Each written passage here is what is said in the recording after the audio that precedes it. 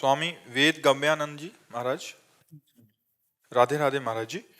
महाराज जी, राधा तत्व का क्या अर्थ है और उसे पाने का साधन? प्रेम, सांद्रानंद घन प्रेम मूर्ति किशोरी। लालजू की जो लादनी शक्ति है, जो आह्लाद है, आनंद है, वो जब रूप रखा तो श्री किशोरी जो है, लालजू ही किशोरी जो है।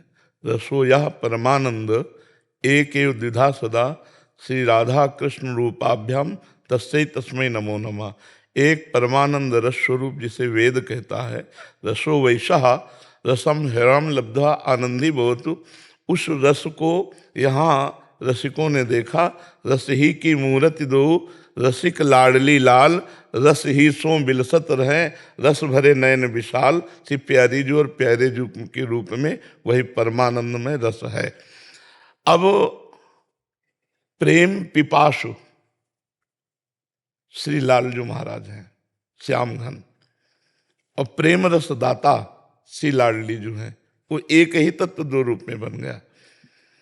जो राधा तत्व का ज्ञान प्राप्त करना चाहता है उसके लिए अनिवार्य है वृंदावन रज की सेवा, रजरानी में वास, और वृंदावन के रसिकों का संग और राधा नाम की निरंतर रटन, तब वो समझ सकता है। क्योंकि आगम निगम पुराण अगोचर ये तत्व है। सर्वत्र आपको भगवान की महिमा है। चारों संप्रदाय और भी जो महामहिम भगवत मार्ग हैं, हरि भगवान, इनकी भगवत्ता, जिन्हें कोई योगी जन परमात्मा कहते हैं, ज्ञानी जन ब्रह्म कहते हैं, भक्त जन भगवान कहते हैं। लेकिन ये महिमा कि श्यामाजू के चरणन की बलिहारी जे हैं बसत किशोर लाल के प्राणन मध्य सदारी। हम श्री श्यामाजू के चरणों की बलिहारी जाते हैं जो लालजू के हृदय में रहते हैं, प्राणन मध्य सदारी। जब हमारी प्यारी जू वृंदावन नवनिभृत निकुंज में विहरण करती हैं तो वायु सेवा करती है, पुष्पों का पराग लेकर ऐसे गादी बिछा देती है। तो बिहरत कुसुम पराग लगत जब, इतने कोमल चरणारविंद है राधा किशोरी जू के कि प्रीतम के हृदय में वास करते हैं तो उनको पीड़ा होती है। क्या कि पराग कहीं प्यारी जू के श्री चरणों में चुभ न जाए। बिहरत कुसुम पराग लगत जब, तो पीत वसन लय झारत। घुटने पर बैठ जाते हैं, ऐसे चरण रख करके तलवे को झाड़ते हैं, श्री जी के चरण तलवे को, कि कहीं कुसुम का जो पराग है वो प्यारी अति सुकुमारी लाडली पी किशोर सुकुमार, कहीं ये सुकुमार तत्व है राधा तत्व। बिहरत कुसुम पराग लगत जब, पीत वसन लय झारत, लुठत मयूर चंद्रिका तिंतर, अद्भुत छवि निहार। ऐसे चरणार विंद है क्योंकि चरणों से प्रेम धारा प्रवाहित होती है। सत प्रेम सिंधु मकरंद रसौग धारा, सारा नजस्त्रमभितास्त्रव दास्यतेसु। हमारी श्री जी को बरसाने वाली कहा गया है, बरसाने वाली, प्रेम रस बरसाने वाली। सत प्रेम सिंधु मकरंद रसौग धारा। श्री जी रस की धारा चरणों से प्रवाहित करती हैं जो इन चरणों का आश्रय लेता है। तो लाल जो अपना मोर मुकुट मंडित सी चरणारविंद में पधराते हैं। रसघन मोहन मूर्तिम विचित्र केलि महोत्सवोल्लसितम, राधा चरण विलोडित रुचिर शिखंडम हरिम बंदे। जिन हरि के चरणों में ब्रह्मा शिवादि चरण रखने की चौकी को नमस्कार करते हैं, वो हरि प्यारी जू के चरणों का पराग झाड़ करके फिर उन चरणों को अपने मस्तक पर नवाते हैं। बिहरत कुसुम पराग लगत जब, पीत वसन लय झारत, लुठत मयूर चंद्रिका तिंतर, अद्भुत छवि निहारत। फिर जावक चित्र बनाई सवारत। जावक जो श्री चरणों में महावर लगाया जाता है, स्वयं लाल जो अपने कर कमल से लगाते हैं। जावक चित्र बनाई संवारत, करन सफल तब मानत, हित ध्रुव ते दुर्लभ ते सबहिन ते, रसिक मरम पहचान। ये श्री जी सबसे दुर्लभ तत्व है, राधा तत्व। इसे केवल जो रसिक महापुरुष हैं वृंदावन के, वो ही इस रस को जानते हैं। ये दुर्लभ तत्व है, राधा तत्व सबसे दुर्लभ तत्व है। वृंदावन की रजरानी और वृंदावन के प्रेमी रसिक जन और राधा नाम, ये तो हुआ साधन, और परहेज हुआ दूरादपास्य स्वजनान सुखमर्थ कोटिम सर्वेषु साधन वरेषु चिरम निराशा। तो वर्षंतमेव सहजाद्भुत सौख्य धाराम श्री राधिका चरण रेणु मनोह स्वामी। श्री जी के चरणारविंद का अगर प्रेम प्राप्त करना तो ये परहेज रखना होगा। क्या? दूरादपास्य स्वजनान, परिवार के सगे संबंधियों से अपना आंतरिक राग मिटा देना बहुत कठिन है। सबकी ममता ताग बटोरी, मम पद मनहि बांध बर डोरी। दूरादपास्य स्वजनान, स्वजन में जो भी मित्र स्नेही संबंधी रिश्तेदार नातेदार शरीर संबंधी भोग, ये सब दूरादपास्य स्वजनान। फिर सुखमर्थ कोटिम, रुपये के द्वारा प्राप्त होने वाले करोड़ों प्रकार के सुखों का त्याग। फिर सर्वेषु साधन वरिष्ठरम निराशा, अन्य जो साधनाएं हैं उनसे चिरकाल तक नैराश्य प्राप्त करके जो राधा किशोरी की शरण में हो गया उसको इस रस की प्राप्ति होती है। बरसंत में सहजाद्भुत सौख्य धाराम श्री राधिका चरण रेणु मनुस्मरामी। श्री स्वामिनी जी के चरणों से अजस्र सुख की धारा बहती है। बस आश्रय, जैसे अपने लोग ब्रह्म ज्ञान के मार्ग में चलते थे, श्रीपाद प्रबोधानंद जी महाराज ब्रह्म ज्ञान के मार्ग में चलते थे।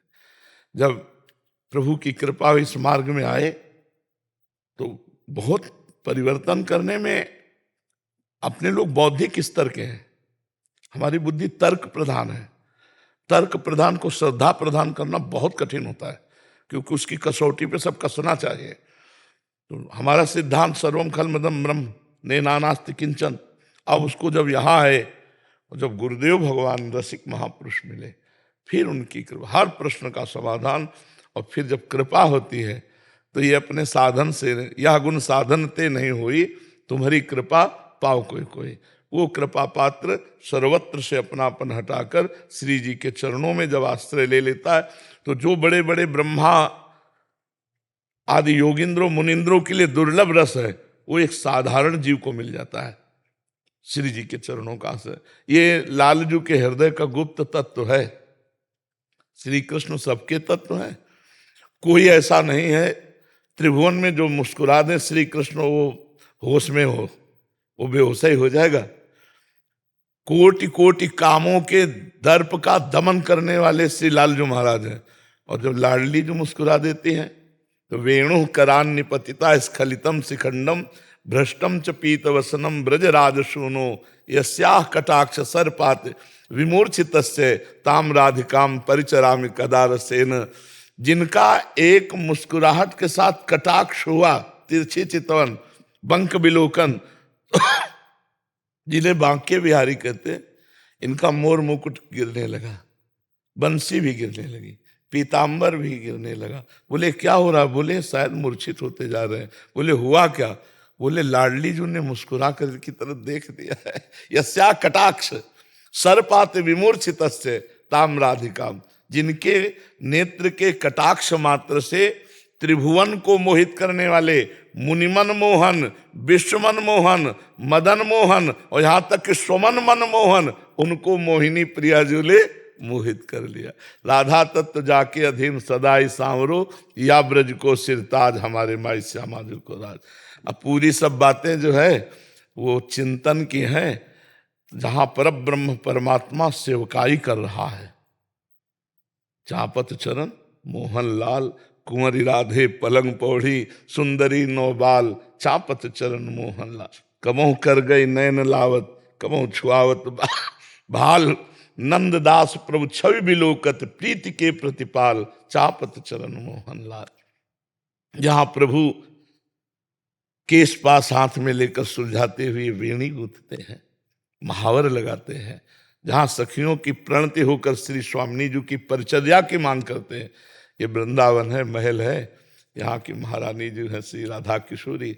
इनके रस की जब तक रसिक नहीं मिलेंगे तब तक इस तत्व का परिचय और आसक्ति होना बड़ा कठिन है।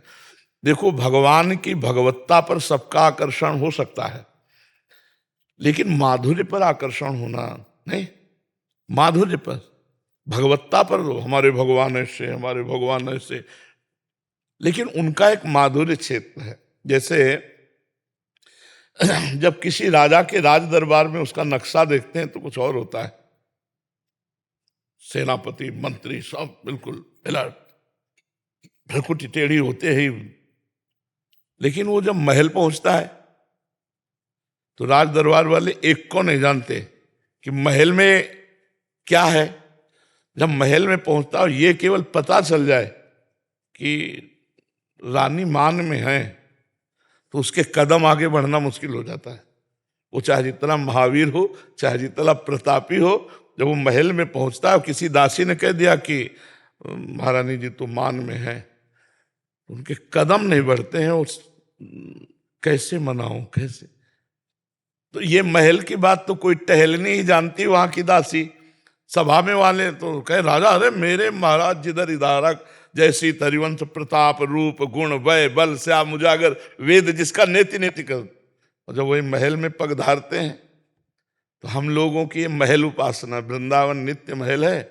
महारानी जो महाराज हमारे लाडली लाल जीवन धन है और उन्हीं को दुलार करते हैं। यहाँ भगवत्ता का प्रवेश नहीं, यहाँ प्रेम के खिलौना दो खेलत है प्रेम खेल, प्रेम तत्व का।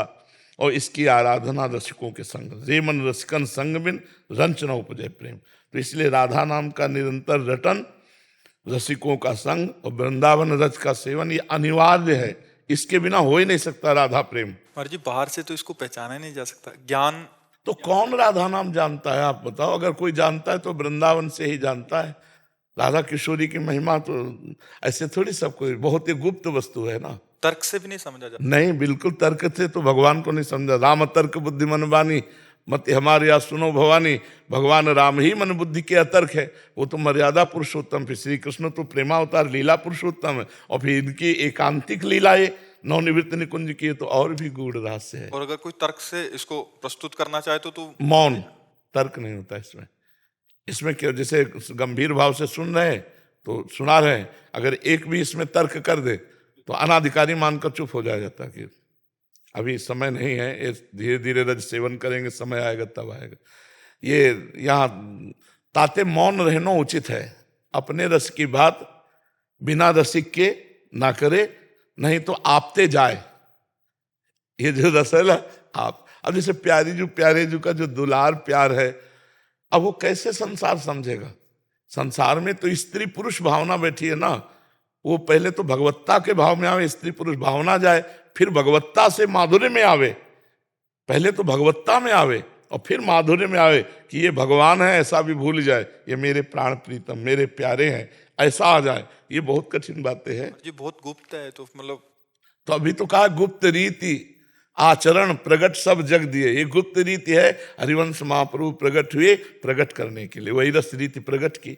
नहीं तो इसे कौन जानता? हम बता तो रहे कि अपने लोग भी तो जीवन भर शास्त्र और मार्ग में ही चलते रहे, कुछ पल्ले नहीं पड़ता। अगर गुरु कृपा ना होती तो पल्ले पड़ने वाला नहीं, तो पढ़ लिख के कोई प्रेमी नहीं हो जाता।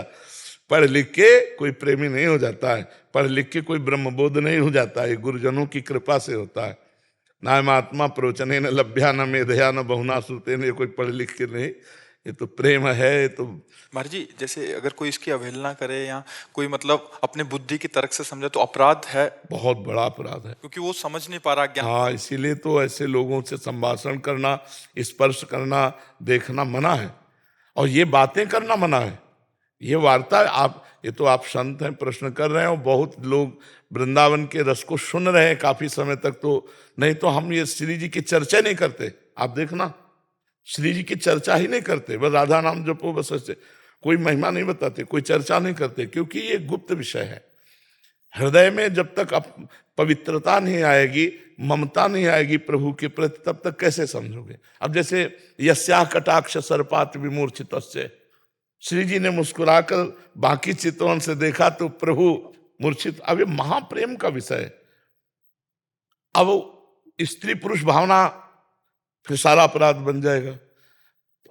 इसीलिए पहले बताया कि रस सिंधु प्रभु दो रूपों में खेल रहे हैं, वही श्री कृष्ण बने, वही श्री राधा बने। जो रस परमानंद में है वही इस प्रेम लीला हो रही है। देखो रास प्रसंग में जब गोपी जनों के मध्य रास में प्रभु भगवान शंकर जी को प्रवेश सुना, तो वो भी गोपी बनकर प्रवेश हुए, शंकर जी के रूप में नहीं हुए। आप विचार करना, जो ब्रज का रास है, फिर ये तो नौ निवृत्त निकुंज का विलास है। जो वृंदावन का है तो नित्य रास नित्य विलास है इसमें तो। और जब भगवान शंकर वहां गोपीश्वर बनकर गए, भगवान शिव के रूप में नहीं गए, गोपी रूप में गए, तो भगवान श्री कृष्ण ने देखा है नई गोपी कौन आई, तो बोले अच्छा है त्रिलोचना गोपी आई है तीन नेत्र। तो गोपीश्वर की पदवी दी भगवान शंकर को, तब रास में प्रवेश हुए। महाराज जी ऐसा ज्ञात हो रहा है कि इसके आगे भी बहुत कुछ है फिर, वो जो वाणी का भी। हाँ नहीं, अब जैसे अपने जो रस ग्रंथ है किसी के समझ में नहीं आएंगे, चाहे जितना भारी विद्वानों बैठा लो व्याख्या करके हमें सुना दे, बिल्कुल हिंदी में सीधे पदों में लिखे हो, एक पद की व्याख्या कर दे, क्योंकि वो श्री जी के लीला रस में जब तक प्रवेश नहीं हुआ तब तक व्याख्या नहीं कर सकता, नहीं कर सकता बिल्कुल नहीं, बिल्कुल समझे में नहीं आएगा ना। जिस देश की बात है उस देश में प्रवेश नहीं तो समझ कैसे आएगा, बिल्कुल नहीं समझ जा सकता। जी जो इसके उपासक हैं, जो उपासना में लग गए हैं, तो फिर तो बहुत धन्य है महाराज जी, वो तो मतलब। तभी तो ध्रुवदास जी कह रहे हैं कि सहज स्वभाव पर्यो नवल किशोरी जू को मृदुता दयालुता कृपालुता की राशि है, ने कहूँ न रिस कहूँ भूली हूँ न होत सकी, रहत प्रसन्न सदा ही मुख हास्य है, ऐसी सुकुमारी प्यारे लाल जू की प्राण प्यारी, धन्य धन्य धन्य तेई जे इनके उपास हैं। वो धन्य है धन्य है धन्य है जो हमारी महारानी जी की उपासना प्राप्त कर ली, श्री जी की उपासना प्राप्त कर ली।